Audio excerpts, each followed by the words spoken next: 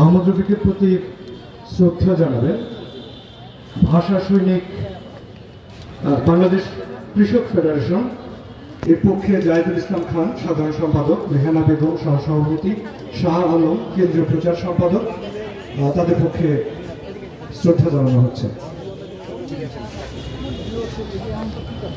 মুক্ত আসর সাহিত্য সাংস্কৃতিক সংগঠন, মুক্ত আসরের পক্ষে সভাপতি আবু সাইদ, সহসভাপতি শাহাদাত পারভেজ, যুগ্ম সাধারণ সম্পাদক নূপুর, কৌশিক চাকমা, উপদেষ্টা মাহফুজা হক মিলা, তারা শ্রদ্ধা জানাচ্ছেন।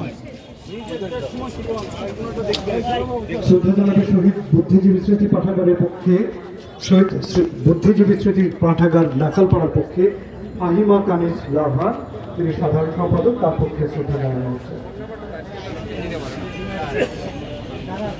এরপর শ্রদ্ধা জানাবে সাইদুল হক মিশন, সভাপতি, গণতান্ত্রিক ছাত্র কাউন্সিল।